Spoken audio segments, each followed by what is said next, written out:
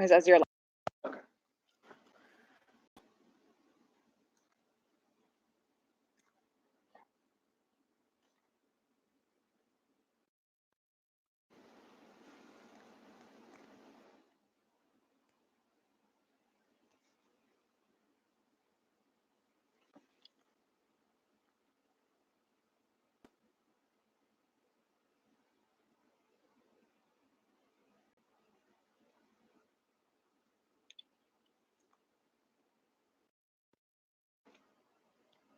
wonder if we have to do this. Do you see this little arrow? Is that the link we have to send out? I think that's a share. Yeah, don't we want that?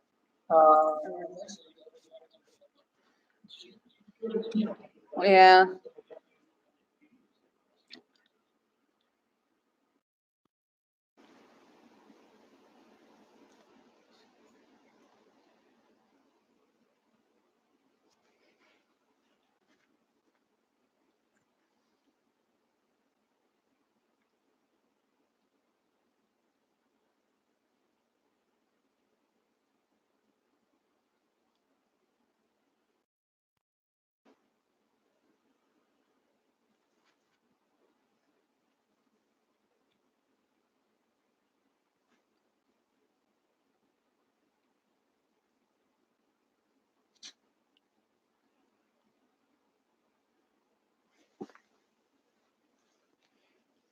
Do we have to go through Hangouts?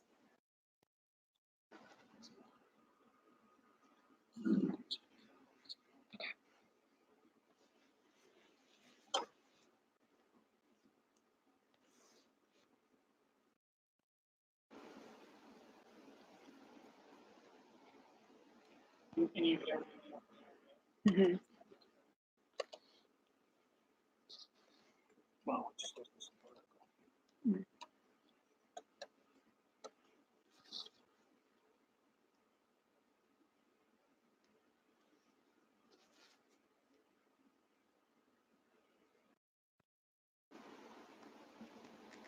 Go to your Hangouts under here. So this guy.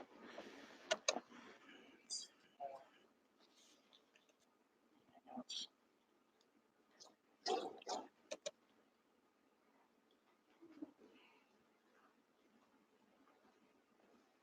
Hi, how are you?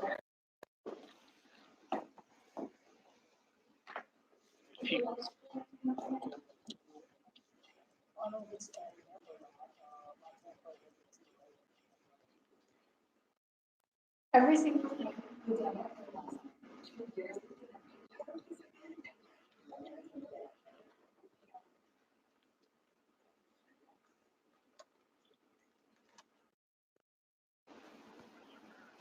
Hey.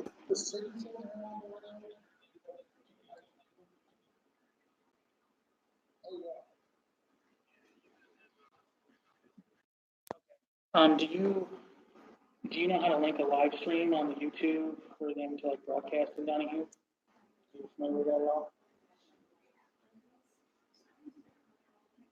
Okay, that's fine.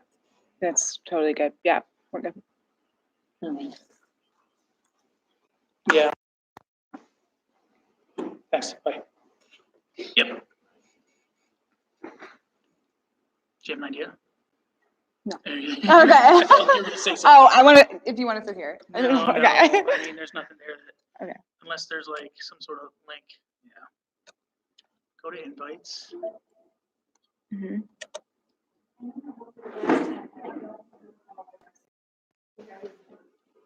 Okay. Hello, Chayton. Hey, so I'm trying to do the live event for the staff meeting. I'm logged into the page, but I'm not sure how to do the live broadcast part of it.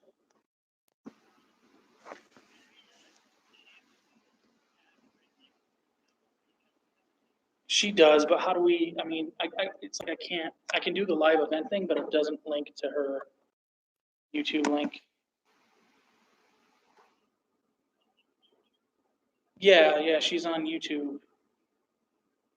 Do we have to do it through Hangouts somehow?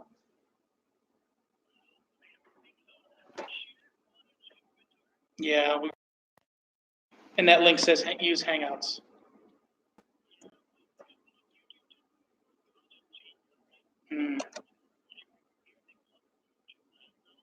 Yes, so we're on that. It's called Studio, I think.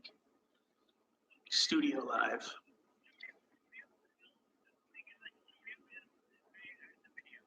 Okay.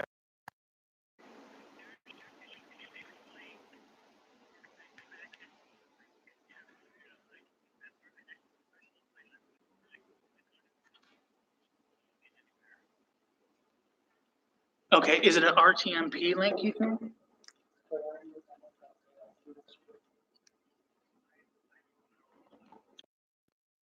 Okay.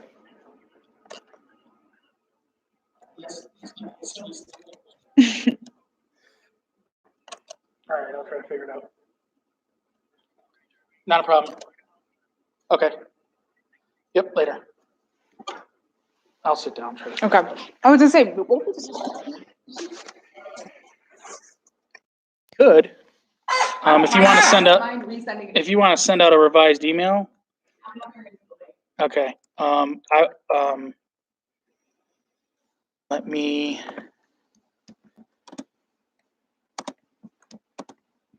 Let me email you this link and bring it up on your computer, and then once it works, we can send out an updated one.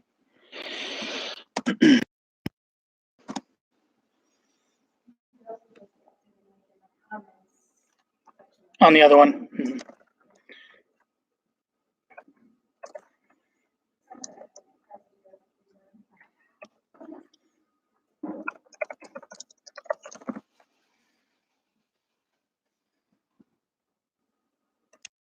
And your email is mriley? Yeah. Okay. You should get one shortly. It'll come from the staff council one, I think.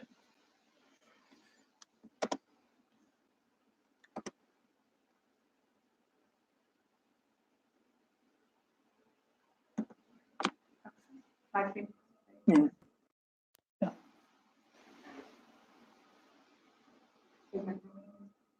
Is it going into Studio? Let me get you another link. There it is. This is the one I wanted to send you.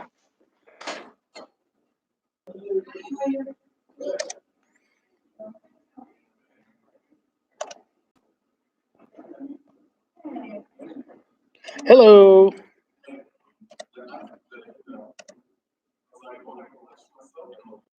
We might have to revise that email, but.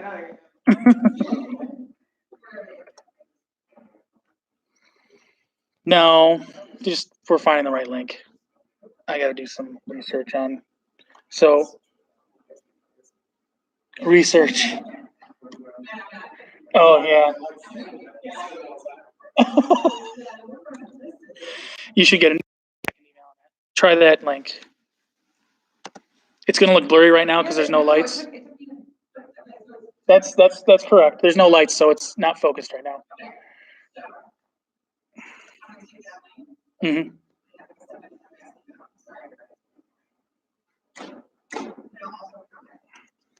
I mean, we got 8 minutes, right? If you want to turn the computer screen, it might help the camera focus.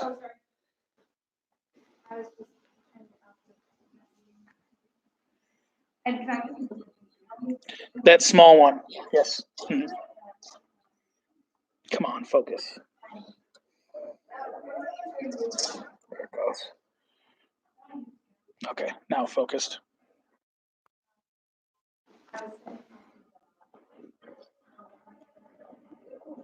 Does it look? It doesn't look flipped or backwards, right?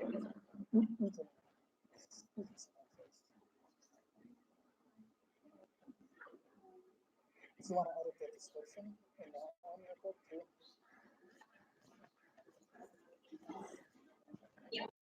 Yeah, chocolate. Good. Can you turn up the volume all the way on that? Yeah.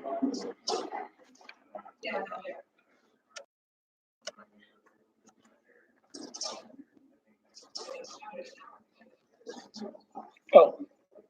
Okay, good. Yep. All right.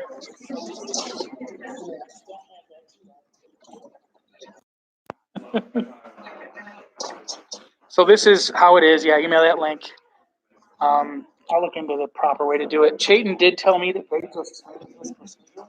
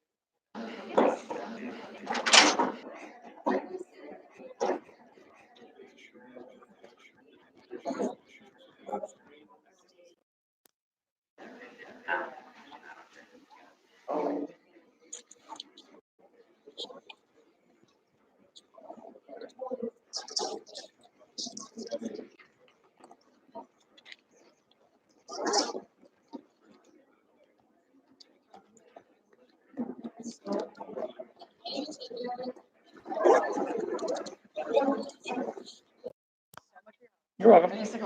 Yeah. Eddie got me, yeah. He got me an addendum, so I gotta stay now.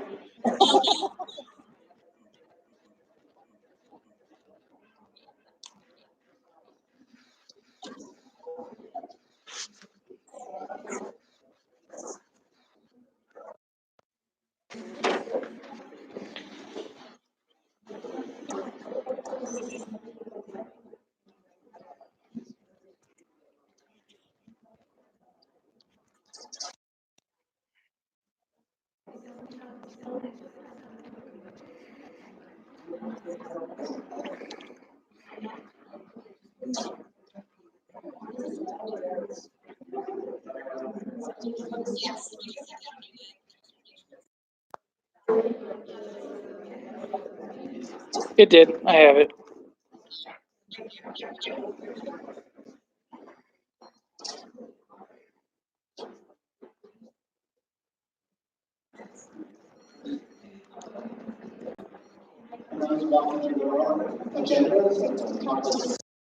Folks did want to grab it.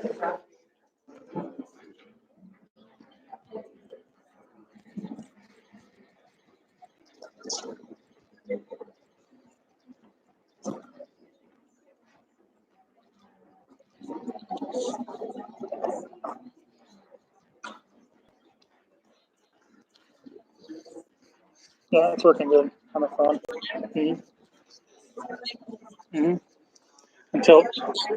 Until Eddie just turned that off. Now it's blurry again. It'll refocus. You got it?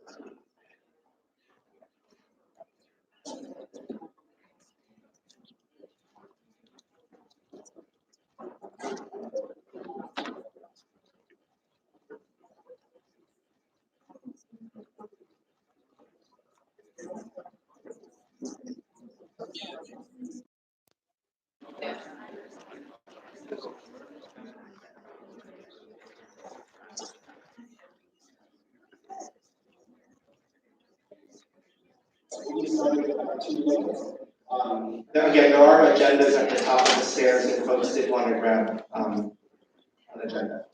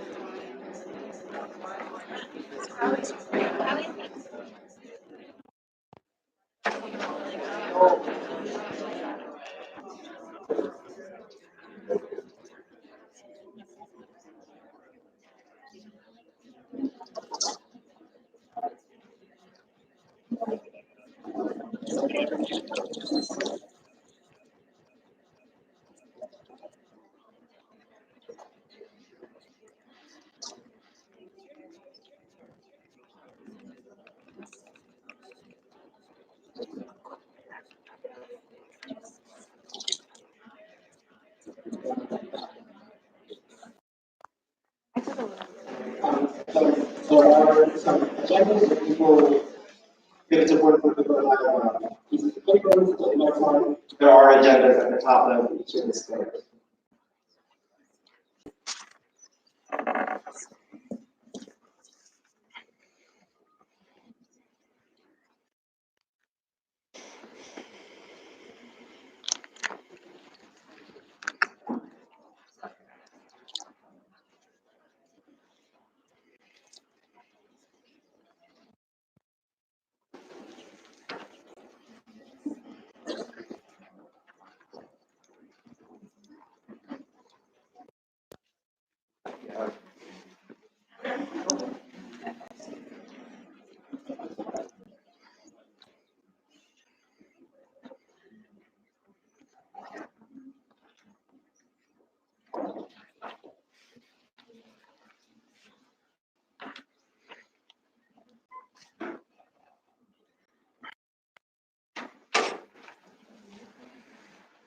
good afternoon, everybody.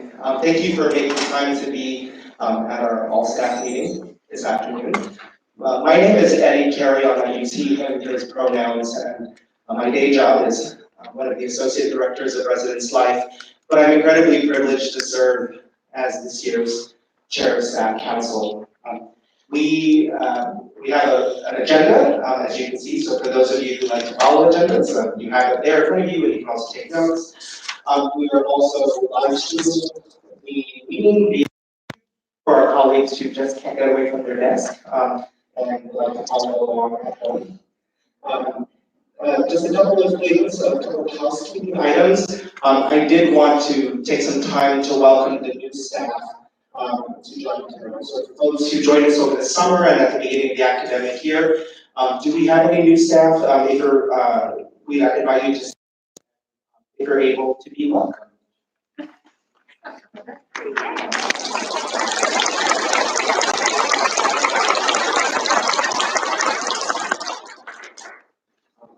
We're so grateful for joining us and our community, and we look forward to your gifts and talents serving our university community. Just two more housekeeping items. We're very mindful of making sure that we do use microphones today, whether if we're presenting or if you have a question that you want to raise. And the reason for that is twofold. One, it's that it's easier for people who are streaming to be able to hear us. And also, sometimes people overlook is that I know that I have a loud voice, but the microphone doesn't just help in terms of folks kind of hearing the volume, right? But it does also amplify the distinction in sounds. So for people who are hard of hearing, people who have hearing difficulty, or people who don't hear as easily, or who have English as a second language, the volume and then also the amplification and the differentiation of sounds are also really important. And it can do that better than a microphone. So please be patient with us if one of our staff council members are running around to hand you the microphone so that you can speak and have us hear. The other thing is that we're doing, and we're trying something a little bit new, is that as you can imagine in this agenda, we also have, as we typically do, an open forum and Q&A. We will still open up the floor for folks to ask questions, as we typically do, and we'll run the microphone. But we also recognize that sometimes people aren't as comfortable speaking in public, or that people may have a question that they don't know if they want to pose, but they're compelled to do it. So during that period of time, or any time during the session, if you do wish to raise a question or a comment, but don't want to use the microphone, you can also go to the website sligo.com, and there's a little area you can put in a phrase called all staff. And you can just anonymously, or you can also anonymously type a question there, and it'll send a text message to us. I'll serve as the moderator for that. So we'll also look at the platform to see if we do have anybody who has any questions that are coming into us via text. All right, and again, you are able to see all the questions that are texted in, but it's anonymous. So we want to make sure that we optimize the opportunity for folks to participate, especially if they do have any questions, and that they're comfortable to do so regardless of the process. So again, just easily slido.com, and the passphrase is all staff. It is customary that we begin our all-staff meetings with a mission moment. At various points throughout our history, we someone from our community speak. We will likely have that in the future, but we did want to open up with a prayer that we've adapted from another Jesuit institution, but nevertheless is still meaningful for us, just to take a minute to center ourselves. So it will be on the screen, but I'll also take a moment to read it for those who learn differently. But before I do that, I'm going to just mention that this is on our website. This is our kind of structure for staff council. And I'll talk a little bit more about the format of our meeting in a second. And I'll go back to this slide. Okay, here we go. Mission moment. Focus. So we center ourselves by expressing gratitude. So let us express our gratitude for the opportunity to serve John Carroll University and its mission. for the gifts that we have that enable us to make a difference in the lives of our students, for the chance to do something very special and meaningful with our lives and careers. Let us ask our Heavenly Father to help us embrace the challenge we have as leaders, to guide us to lead with integrity and common sense, give us the wisdom to make intelligent decisions, give us the courage to make tough decisions, give us the character to make right decisions. Finally, help us to always be inclusive and open because of our Jesuit Catholic identity, without compromising our Jesuit Catholic tradition and heritage.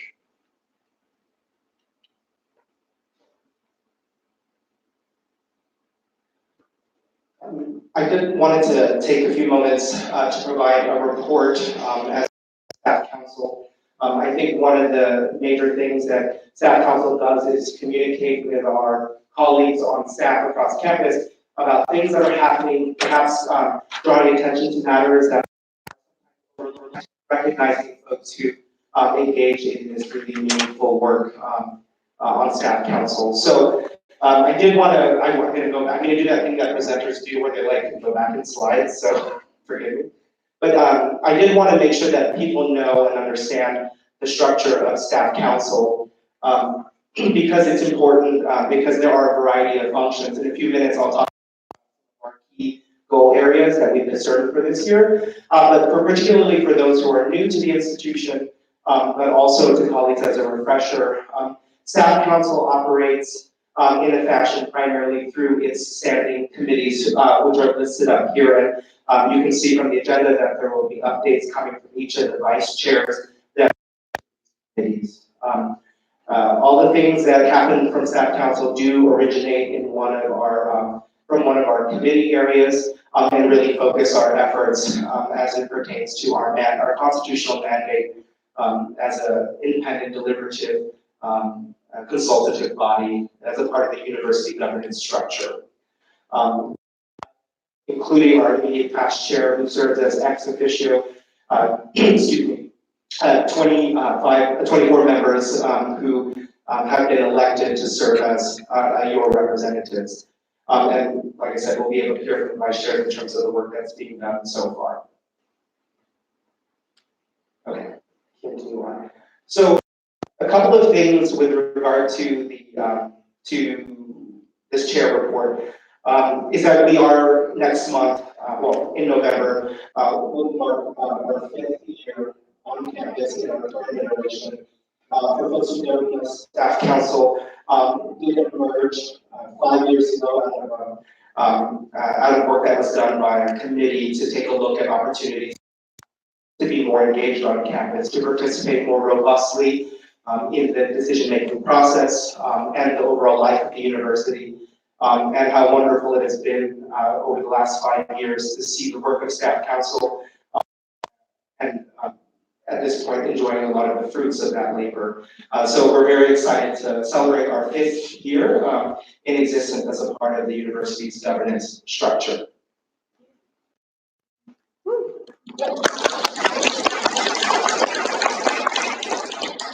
We always begin with gratitude, and that's what I'd like to couch the chair report in. We've had 2 very high-level searches at the university. We're in the midst of one of them right now, and I did want to extend a deal of thanks to Saulo Rodesno and Angela Kruger, representing staff council.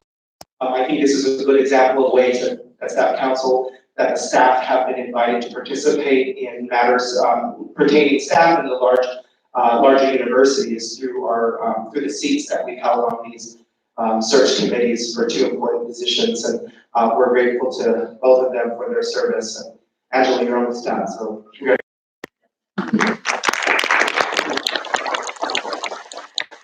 After the Community Dartmouth personality and messaging workshops, Stephanie Levinson ran up to me to say, I'm so excited, I just wanted you to know that 130 individual staff members registered to participate in the very lengthy workshops.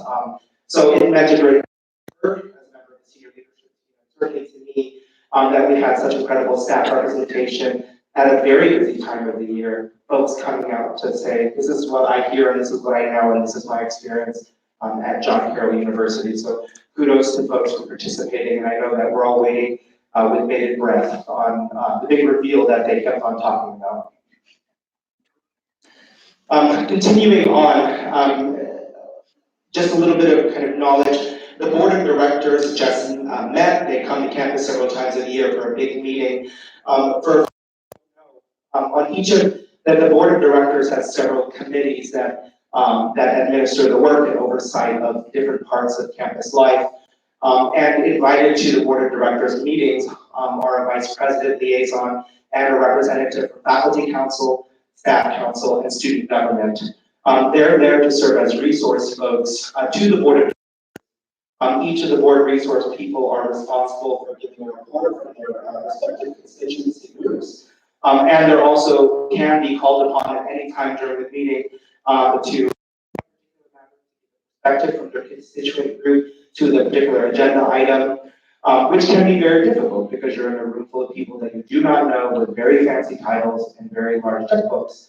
But to know that the board of directors has been incredibly grateful, as has been told to me by members of the senior leadership team, for the work that the staff has done to be honest about, to be appropriate when it comes to contributing to conversation topics and agenda items. So I did want to make sure that I acknowledge the folks that we have on staff council who represent us on the board of directors.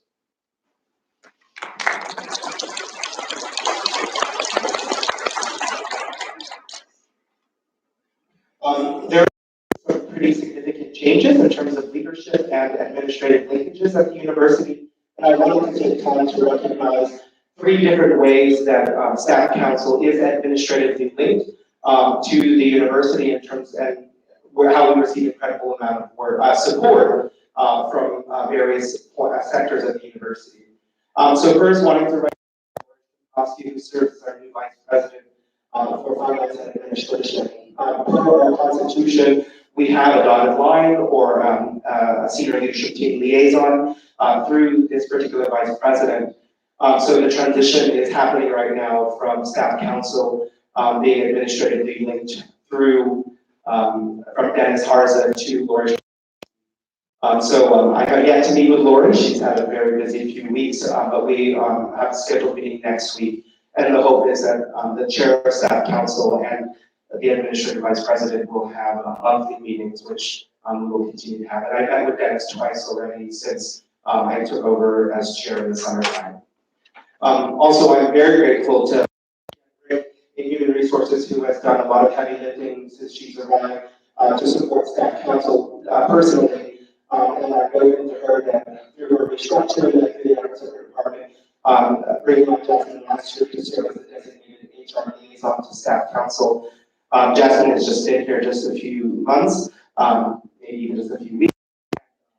How important a role that she's already proven to play in terms of being supportive of staff council efforts, been available for phone calls and emails to consult on matters that pertain to staff, and also just a general listener, someone who can really pay attention to our needs and support us in ways that perhaps we may not be able to recognize. And at some point, Jasmine and I will get on a more regular meeting cycle. We've also done a few times as well. So Jasmine, you're welcome to John Carroll.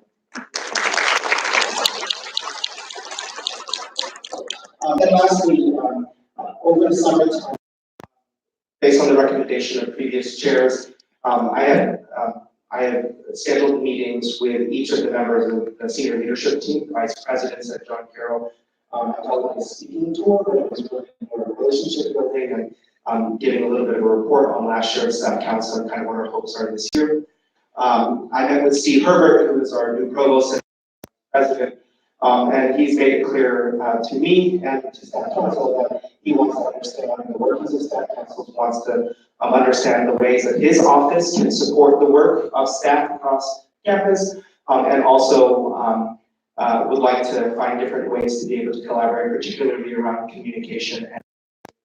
And has asked to meet with me monthly, as he has also asked the faculty council chair, Dan Kilbride, to also meet monthly. So Steve Herbert and I have also met just a few times, which I think is proven to be helpful when it comes to changes at the university, kind of pulse and climate, as well as messaging for the future.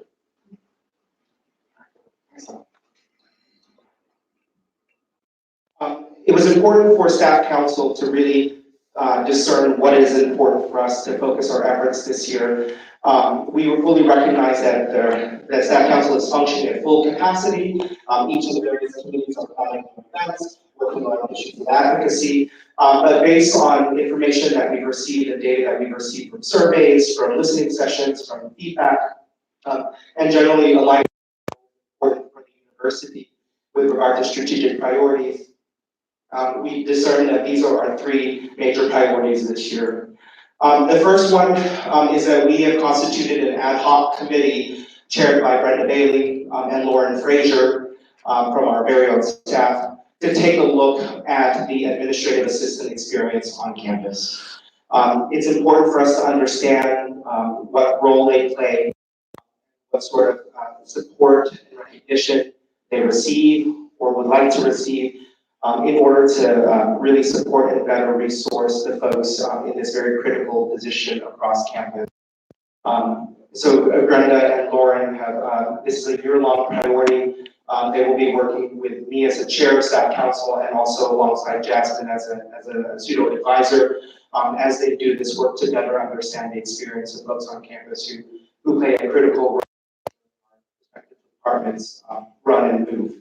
So that will be a primary way that we express this priority. It's important for us to understand the stretch bandwidth that staff experience at John Carroll presently. Dr. Johnson and other members of senior leadership have acknowledged that staff are still feeling the effects of the restructuring and that staff are doing to really move the university forward, but also realizing that there is issues around that we need to do the work. So ever attentive to that, staff council will focus its efforts on finding different ways that we can support and advocate for greater areas of balance for our staff colleagues across campus.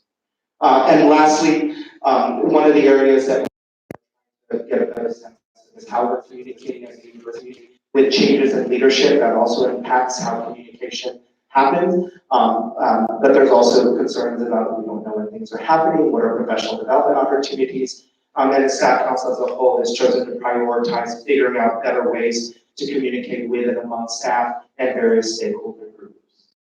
So please stay tuned as the staff council continues to do its work. Each of the respective committees will be aligning their work with the goals that we have set forth for the year. Okay. All right, very good. So at this point, I'd like to turn it over to our vice chairs to do quick updates from each of their respective committees in terms of.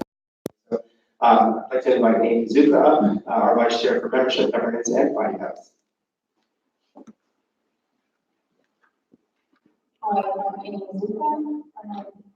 So our committee, I would like to thank, I'm not sure if we're very well, we are but you, Michelle, and Ellen for their work. So with this committee, we're kind of tasked with three things. Number one, membership. So I'm kicking that off. It's never too early to put in the plug. Spring elections, and we'll keep pushing for this. Consider self-nominating or talking to your colleagues and getting somebody else to, nominate them to serve on staff council. It's valuable. We can use you. Governance. One of the things, especially because staff council is only 5 years old, is our constitutional bylaws. Our committee does an annual review. So as the staff council grows and develops, so do our constitutional bylaws. So we're currently undergoing the annual review of that. And then finally, finance, which means budget. And we are very good that staff council now has a committed operational budget, and that has increased over the last year. Plus, in addition to that, we are extremely grateful. Eddie's theme of gratitude that he started off with today, for the Office of Mission and Identity to support and fully fund our employee resource groups, the 6 groups that we have this year, and we're just very grateful. So if there's any questions for D or F, contact me, happy to help and answer. Should I go to Mary Ellen? No, Mary Ellen.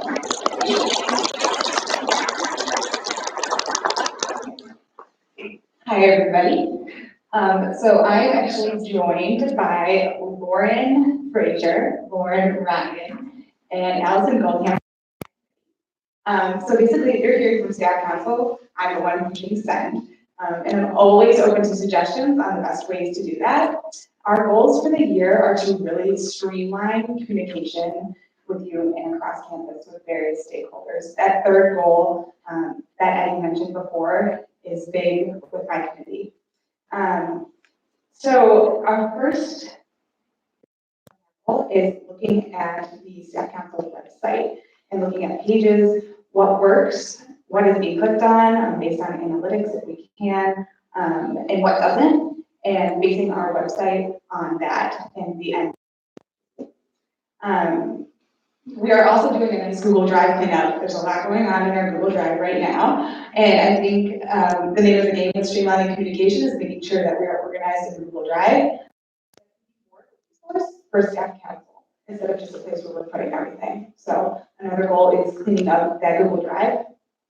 And finally, we're looking at our newsletter. That's another main way. Last year and previous years, I'm told that we communicate with staff. Look at not only the newsletter itself, but the platform that we use to send said newsletter. So my team and I are working hard on those goals right now.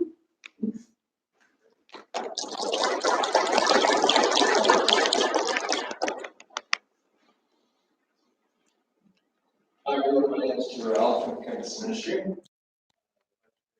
Mentioned Advocacy Committee. So on my committee is John Bartlett from the News and Roman Law, so thank you all for your service. Just a few updates here. We've been working this week with the exec board and those listening sessions on diversity and inclusion. This was low, but we had some new conversations.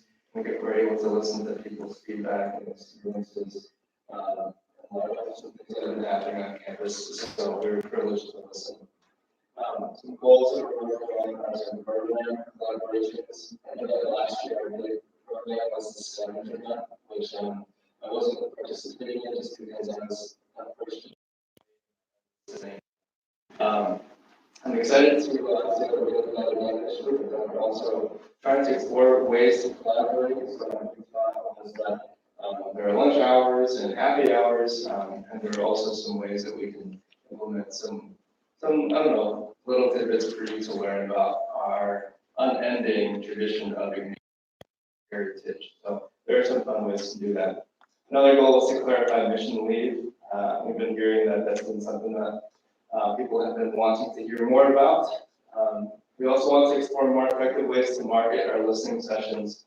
A big piece of my committee, this office, is to listen. There's nothing to listen to. It's hard to advocate. And with our goals about talking about balance in the workplace, with our goals about talking about experience of admin assistance, it's important for us to hear what everybody is going through. I have lots of thoughts about balance in work in my own life. It's just sometimes I don't realize the systems in place for us to send that to people who have more influence to change something. So if you have an opinion about your work-life balance and things like that, then please look out for the email and look out for some emails from me personally and come to our listening sessions. We're going to have one in November. Find that out. We're bringing back the scavenger hunt. We're also looking for new models of mission moment. And there's really some cool things that have been done as well. But I think sometimes my question is, how much more content do we need? And a hallmark is too much we're doing the same thing. Just take a moment to pause. And sometimes there's not enough of that. So if we pause for a minute, we do some things to think about in your everyday life and work balance, things like that. I think that can contribute as well. So thank you.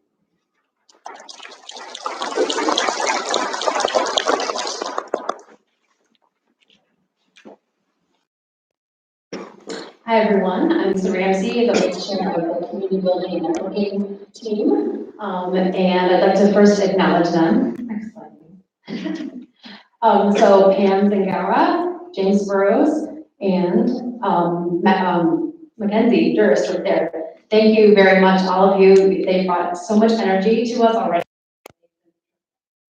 So just a few updates. Our fall events so far have been wonderful. Just to, some of you I know already know this because you were there, but our kickoff picnic, we had 151 folks. Our first Friday coffee hour had 82 of you. And then just yesterday, our lunch hour had 70 folks. So thank you so much for participating and coming out, kind of contributing to the work balance, life balance we've been talking about. It's a great opportunity to just meet with colleagues and break bread together, as Kyle, that's to Kyle, he always says that, Kyle Adele. Please just continue to support the programs. The one thing I would add though is for the events that we ask for RSVP, please honor that and RSVP within the time frame. We're trying to make sure we are true to our budget and the constraints of the room and all those things. So please just honor those RSVPs as much as you're able to do. Let's see, other updates. Next week, Friday, for our first Friday coffee hour at 8:30, we are in the Kelly Reading Room or the Den near the library. So cross your fingers for another beautiful morning so we can enjoy some time together outside. And then immediately following that weekend then is Homecoming and Family Weekend. And you'll be happy to hear that we're bringing back are continuing on with some of the events that we've had the last couple of years. One is, these are my, the door decorating contest is still live and ready for your submissions. That deadline is October 1st, which is next Tuesday, I think. And the judging will be Friday, October 4th. One thing I just want to make you all aware is we've in the spirit of equity, we've made one little change to our door. We are asking that folks pick one door at their department. That we love the spirit and a lot of fun that people have with it, but we want to try to make the contest a little more equitable. So pick one door that you're going to go crazy on and make it really spirited and enter that one. But we encourage you to please go inside JCU and apply to that contest if you haven't already done so. And then on Saturday of Homecoming Weekend, we will bring back again the Blue Streak Tailgate Food Truck Voucher Program. And for those who are new, what that means is we will provide staff with a $10 voucher that you can pick up at the atrium anytime between that time period. And you can use to purchase food with food trucks. They're out on the tailgate street. So please.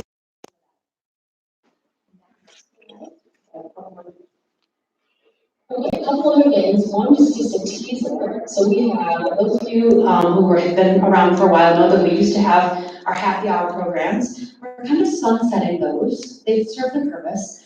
And we're moving on to something else fun and new. So look forward to what we're calling fast breaks.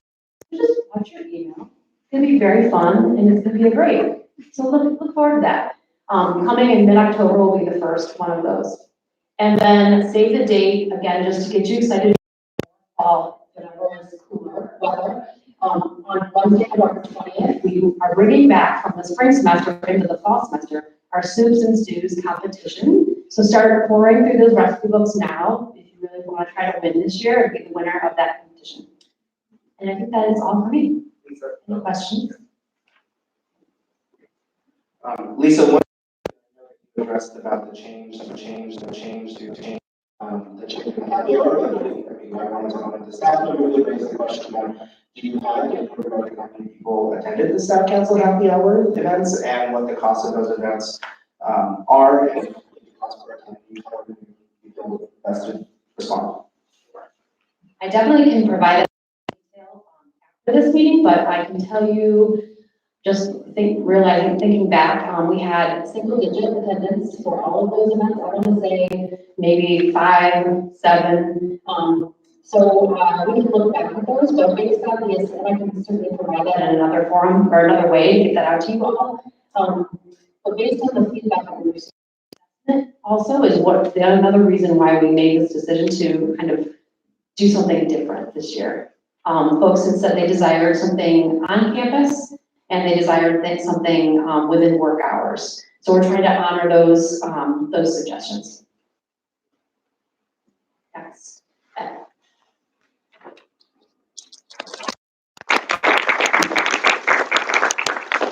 Thank you. I'm totally intrigued by the fast break. Is it going to be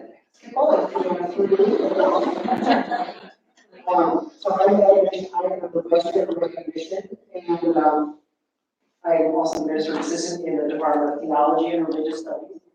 And I have 3 staff members that are from who works for facilities, who I don't see here.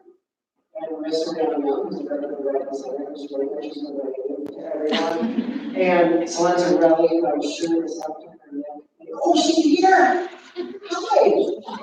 I'm sure you're going to do that. I'm glad you did. We also have volunteer members.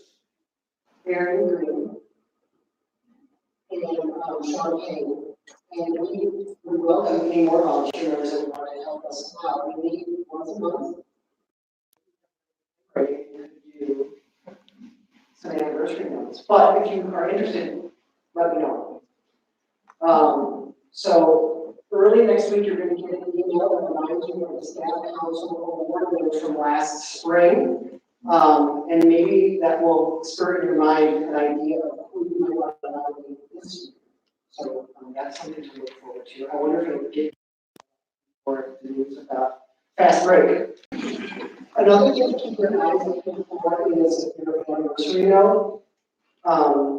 We're trying to catch up right now. So of the 360 some people that we write anniversary thank you notes to, more than 100, so like more than 40% of them started at this September or October. So we are climbing uphill right now, but our committee is really, really good. And one of them has very bad handwriting. But the rest of them have really good handwriting. So if you get one from me, you'll just struggle to read it. Finally, really working a lot on getting staff notes launched. Maybe you want a way to tell the world about your adorable new nephew, or the fact that you did another half marathon, or that you got to present at a conference for work, or we got to go to a cool convention and learn a new skill. And the staff would be a way to share that information. So what will happen in the next few weeks is we're going to get the orientation from our community to a website that hopefully will show up on the staff council website. But it'll be a way for you to share this news with your colleagues. What do you think about that? Okay. That's all the news we have. Please, if there's another way that we could recognize you, let me know. Thank you.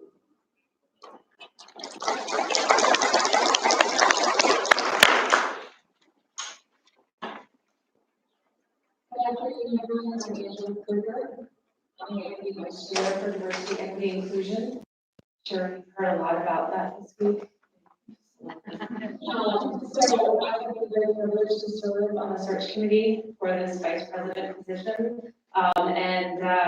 You're seeing the results of that this week. And so I want to thank all of you who've been able to come out to the open forums and take that time. I know that 3 open forums in 1 week. And then we have one more on Tuesday. I do want to plug that the next open forum is so again, thank you for coming out and for continuing to come out. Your feedback is crucial to this point for this position. And you know, this is a big moment for John Carroll. So thank you for all your participation. So this position also works with the ERGs, the employee resource groups. They're sort of all my committee members. And I didn't put the members up there. There wasn't a ton of room, but these are the 6 ERGs that we have right now. We're currently developing some criteria for new ones. If you have ideas for new ERGs, you can let me know. You've probably seen some inside JCU notifications about events that are happening. Some are doing things monthly, some are doing things a little bit more sporadically. If you're interested in one of these groups, please let me know, and I can put you in touch with the facilitators for these groups. There's been a little bit of transition with some of the folks that have moved on from John Carroll. So if you're not seeing any of the events, or if you want to join one of these groups and you don't know how. So, we are very excited, to continue the EOGs, and, we've been helping them to have, The VP for DEI candidates to meet with members of the ERG. So this is, so, do you have any questions?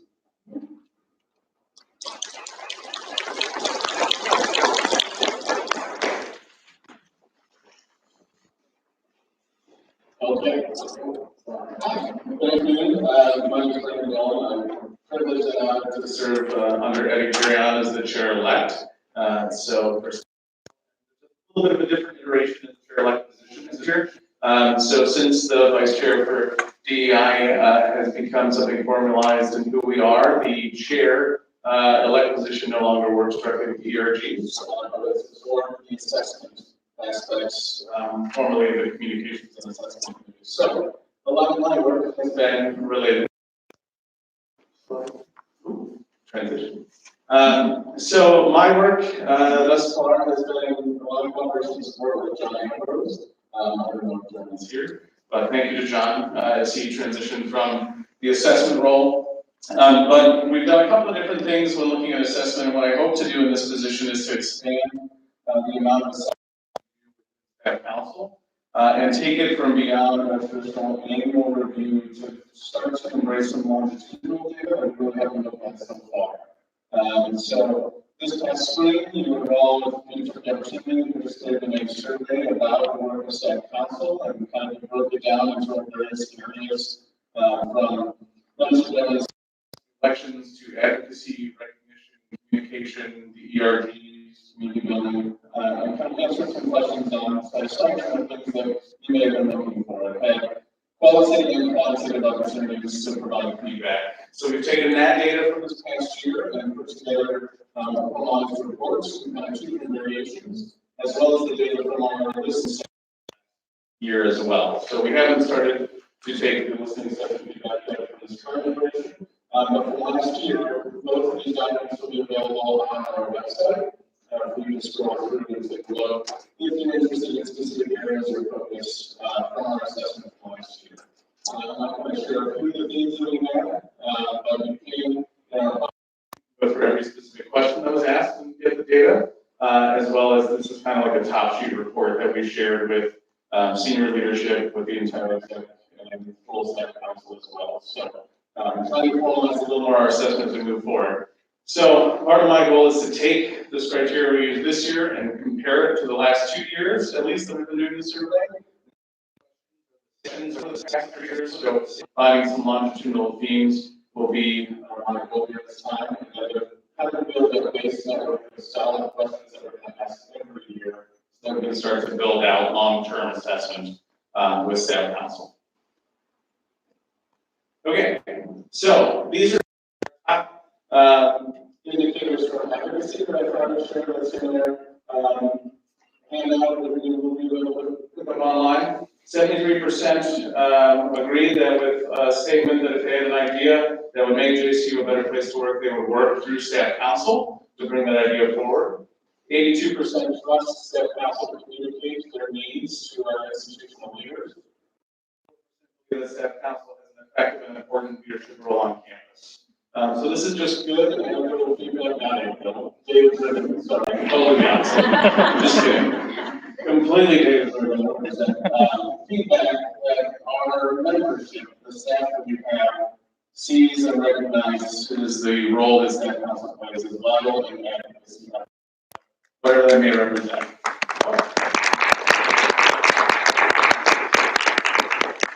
So my goal would be that we can start to look at this every year and see how we've been doing in those advocacy roles. It might be interesting to know that on average we have our 100% response to each question we ask, so that might give us some idea as far as the percentage of staff that participated. Really a high level of participation for any survey. Okay, a lot of words, I apologize.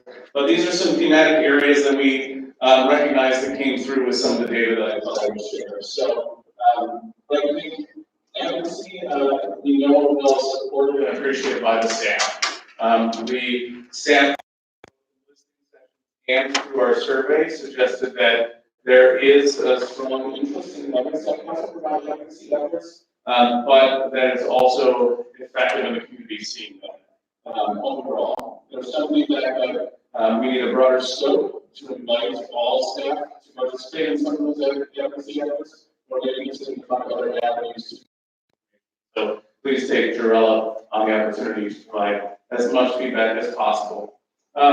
As Lisa was saying, there is some feedback that we saw in our data that we need to bring back to some of our community building efforts. And whether it's been successful at a time we needed it to be, might not be as strong now, given the staff that we have overall. So, building and networking. Communication we know is effective. We had a lot of data points that suggested the amount of emails we send, the way that we broadcast our meetings, that these are all effective forms of communication for staff. There really wasn't too many suggestions about how we're overwhelming or underwhelming with how much information we're sharing. So that's what we did. Our transparency provide information has been pretty strong. Recognition overall, both for overall staff, but also the ERGs. Recognition efforts are greatly appreciated by staff. The only area that we saw pushback on is staff would really like recognition, maybe from outside of other staff. So we're going to try and navigate how do we try and share this information and data with that recognition means a lot to staff, but sometimes it'd be nice to have it come from outside of staff. Elections we know are running smooth, but there is some feedback on how we can continue to share our story of how we get to elections, but also who can be in certain positions and the way in which we assign committees to members. Something that was suggested to be reviewed. So I know Amy and her NGF crew are taking a look at that information as well.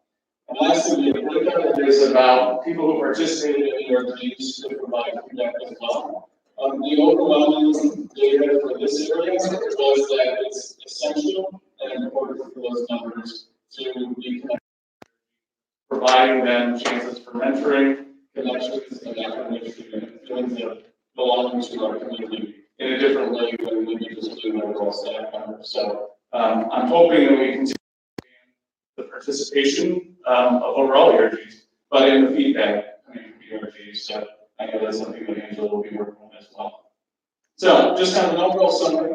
Again, we showed this, so hopefully all of the different committees can take the feedback and utilize it, and then we can do that when we're building on their goals, as well as the overall executive committee for the year. So hopefully more to come with some longitudinal information. And anybody who loves assessment and wants to review work, then I'm always willing to share that information. So thank you very much.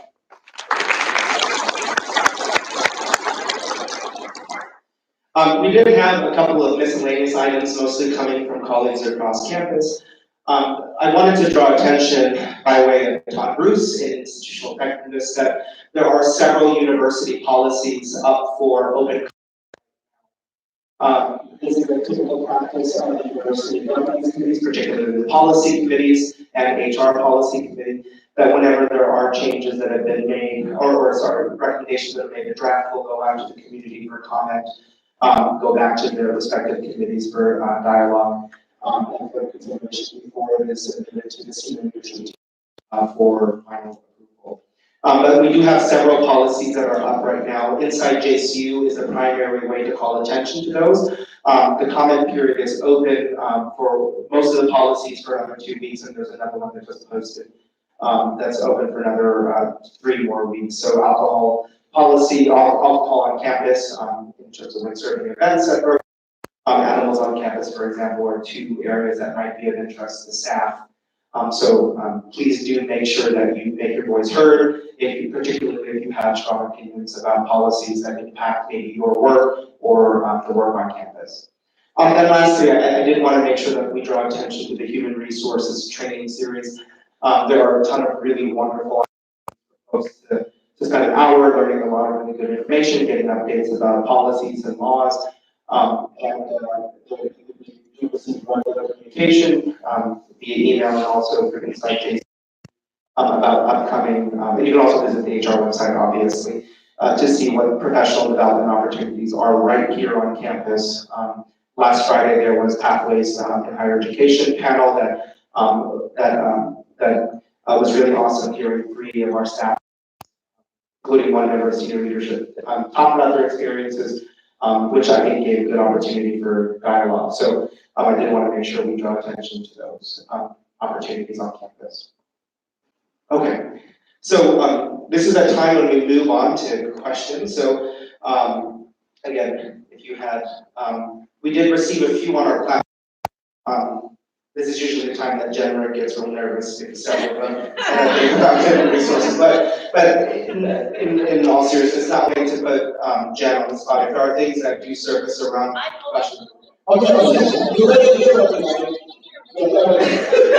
Yeah. But please also know that there might be questions that raise where we might have to get back to folks. And staff council will be sure to post responses on our website, as we typically have any time that we received questions or comments. So in the spirit of being fully transparent in terms of what we received, the first was actually a comment. Thank you for tackling the question of how admin assistants experience our work here on campus. We are grateful to be remembered. So thank you very much.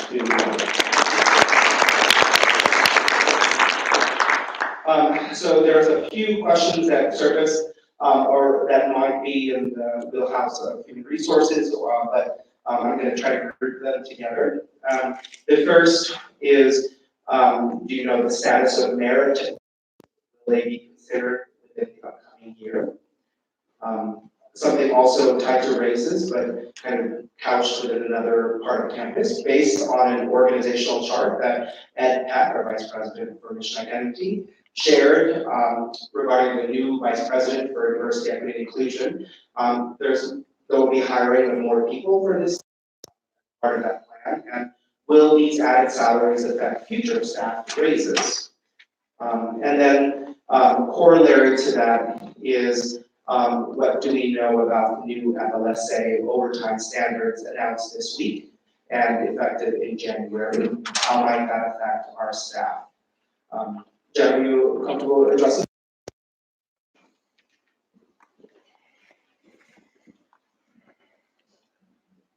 So you might have to remind me of the question point by point, but so it's the status of the merit. If you remember last spring, we announced that the senior leadership team did agree to move to a merit-based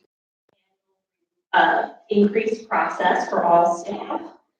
What that means is, at a certain point in the future, a merit budget will be assigned to each of the divisions based on performance review. Another thing to remember, we've changed the timing of the performance review to be spring. So it'll be May that you'll get your performance review. Your merit-based reward from that performance review, and based on where you are in relation to your peers and various factors, will be rewarded in August. Now, what that budget is TBD. That'll depend upon our performance, how much is available on a year-to-year basis.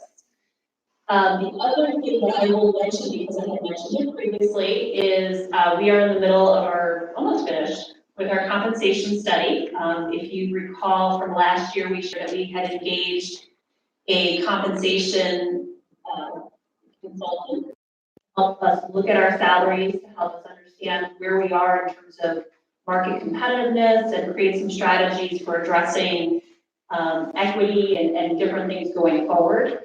So we're in the process of looking at that data. April was on the committee that helped us. April Skirka was on the committee who represented staff council and helped us select that vendor to make sure that they could meet those goals.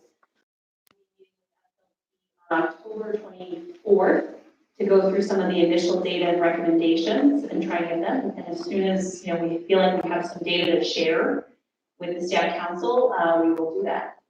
So hopefully, a little bit more strategies. This year, I will also share that our executive team did approve an equity budget, which we've been able to do more of a regular biannual process in which we're looking at internal equity among peers. So we did that in, what was that? That was, it's effective September, you know, so we made some changes that were needed to be made based on some information. So that is going to be part of our regular process now. The other thing I will share, the question was about the FLSA changes. So the final rule just came out this week. So it's been going on for two to 3 years now.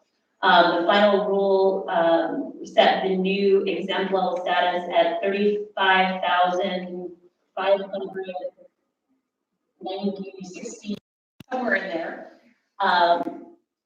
So that for our exempt level people who are currently in exempt, it only impacts a handful of people as opposed to the great number of people before.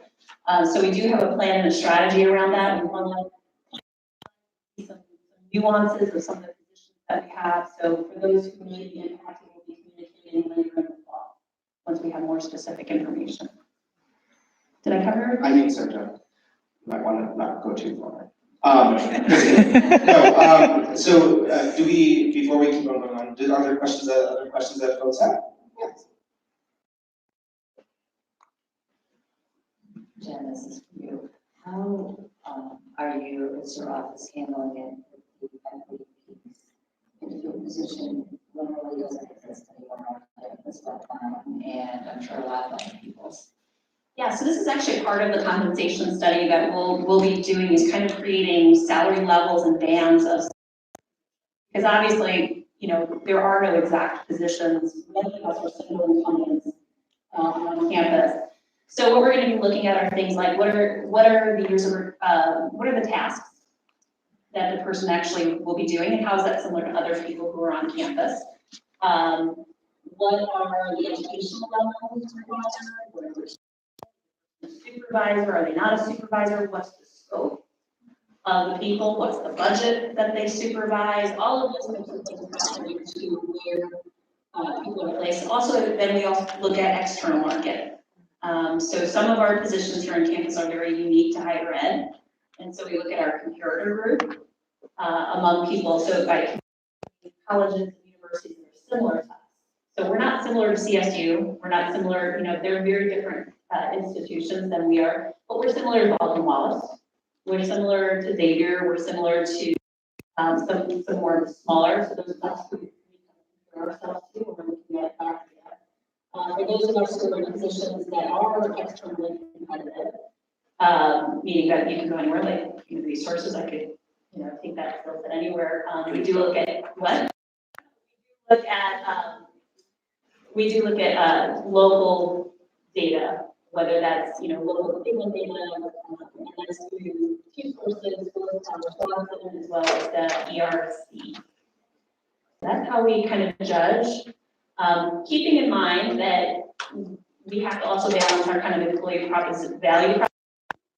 You know, there's certain things that we offer here that you don't find in other areas and other, you know, competitive fields. We have very rich and robust benefits that do cost money to provide. We have great, I think, work life. You know, again, meaning like work life. We have great peers. We have very attractive places to work. So that, you know, kind of factor into the value of the compensation. We do just have one last question, but it is for staff council. There are other questions that did come in, and we wanted to make sure that we do address them. So whatever ones we have, we will be posting. We will be posting on the staff council website so that folks have no questions answered. The last one that we had was, does staff council plan on advocating for parity between the amount of annual staff and faculty pay increases? So to Jen's point, there are several opportunities for staff council to formally engage in conversations and helpful in communicating with us what are opportunities that we have to dialogue about this and take a look at greater levels of equity and fairness across campus. And the salary study that was really important for our community did involve a significant number of members of staff council to speak in dialogue with the consultant. And Jen was really good about making sure that we were able to get feedback once the report came back. So There are concerns that continue to surface, please know that staff council will continue to address them in order to make sure that we're communicating with our colleagues the work that we're doing, but also making sure that we're prioritizing what is important for our colleagues across the campus. I want to say thank you all very much for taking time this afternoon to be here. Again, our contact information is on your agenda and also on the screen. Have a wonderful year, everybody, and we look forward to seeing you all at our. Please also remember that we do have a vice president for diversity, equity, and inclusion candidate open session right now, so you can either stay in your seat or if you do need to head out, please do so. But thank you very much. Mm-hmm.